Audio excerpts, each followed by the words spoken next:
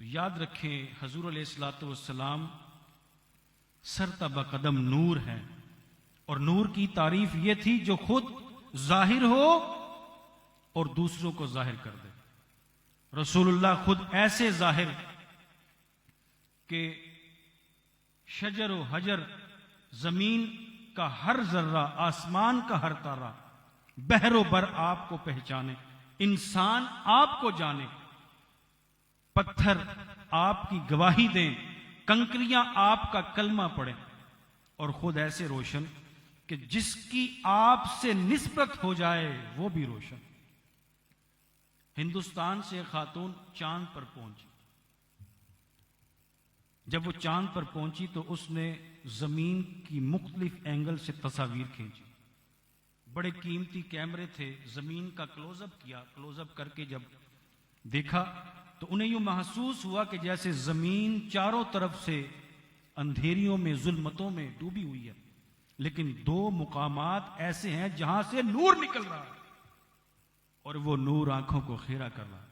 کہنے لگی ہم نے مزید کلوز اپ لیا، بالکل کیمروں کو کلوز کیا تو پتہ لگا ایک مقام مدینہ طیبہ تھا، دوسرا کعبۃ اللہ تھا۔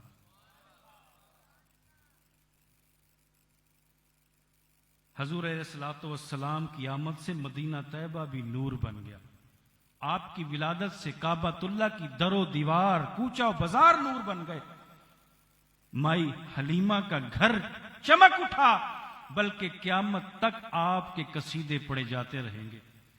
1,24,000 پیغمبروں سے جنہیں حضور نے ظاہر فرمایا وہ ظاہر باقی تمام چھپ گئے۔ بلکہ میں تو یہ کہوں گا کہ ہم نے تو اللہ تبارک و تعالیٰ کی ذات اور صفات کو بھی حضور کے صدقے سے ہی پایا۔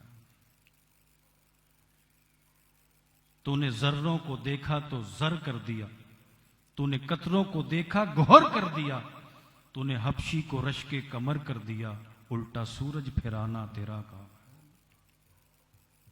دیکھیے انسان کا جسم خاکی ہے اور روح نوری ہے۔ کیوں؟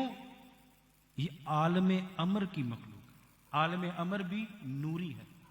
جب انسان کی اصلاح قلب ہو جائے اور رسول خدا صلی اللہ علیہ وآلہ وسلم کی سیرت پر عمل کرے، آپ کی کامل اتباع کرے، تو پھر مقبولوں کے جسم کی نورانیت اس قدر بڑھ جاتی ہے کہ جسم بھی نور بن جاتا۔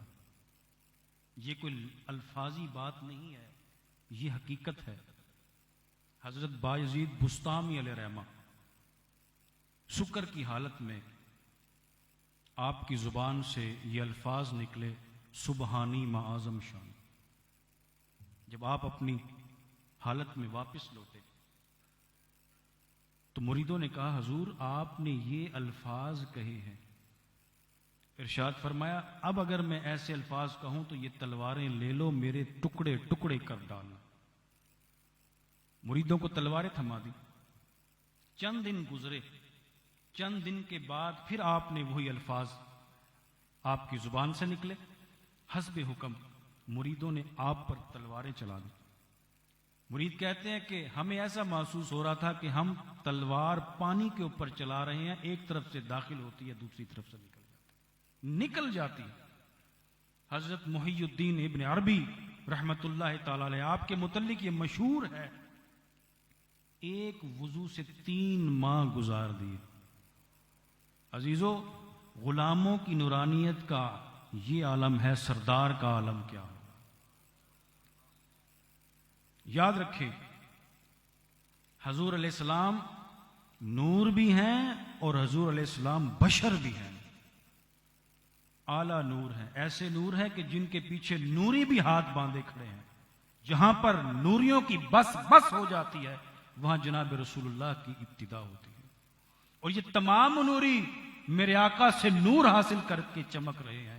چمک تجھ سے پاتے ہیں سب پانے والے، میرا دل بھی چمکا دے چمکانے والے، تو زندہ ہے واللہ، تو زندہ ہے واللہ، میری چشم عالم سے چھپ جانے والے۔